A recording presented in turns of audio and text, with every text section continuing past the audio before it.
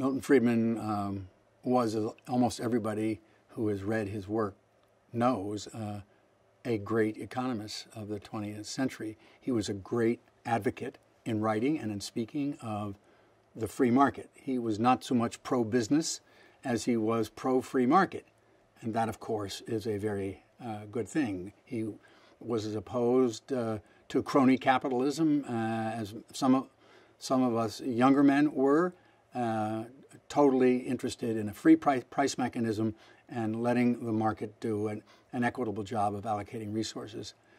And of course, it was recognized by a group of insular Norwegians by giving him the Nobel Prize.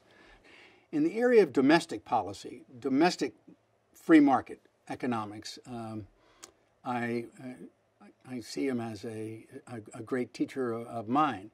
In the world of international economics, international monetary order, on the issue of what characterizes the best institution for developing and maintaining stable money or stable purchasing power over the long run for people from all walks of life. Let us say a century where a dollar will purchase approximately the same random assortment of goods as it might have, 100 years ago.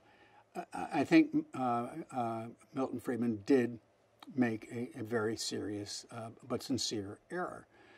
He wanted to blow up the Bretton Woods system, not because Bretton Woods was a flawed gold exchange standard, but he believed that floating and flexible exchange rates were the optimum or the best arrangement between trading nations and the currencies with which they operated.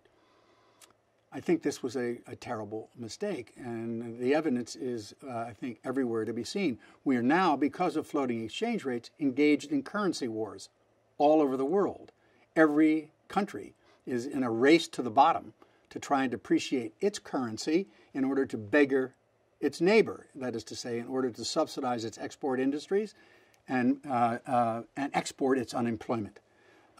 Under a international gold standard, such a beggar my neighbor approach, such a currency war, so long as the international gold standard is maintained, is not only impossible, but it's against the rules of treaty. Now, that doesn't mean that people can't violate treaties. It's just that that's what law is for. Law can't keep people from murdering one another, but it has a preventive effect. Sign up for your free subscription to the Daily Reckoning and gain access to exclusive insights, forecasts, and recommendations that you won't find anywhere else.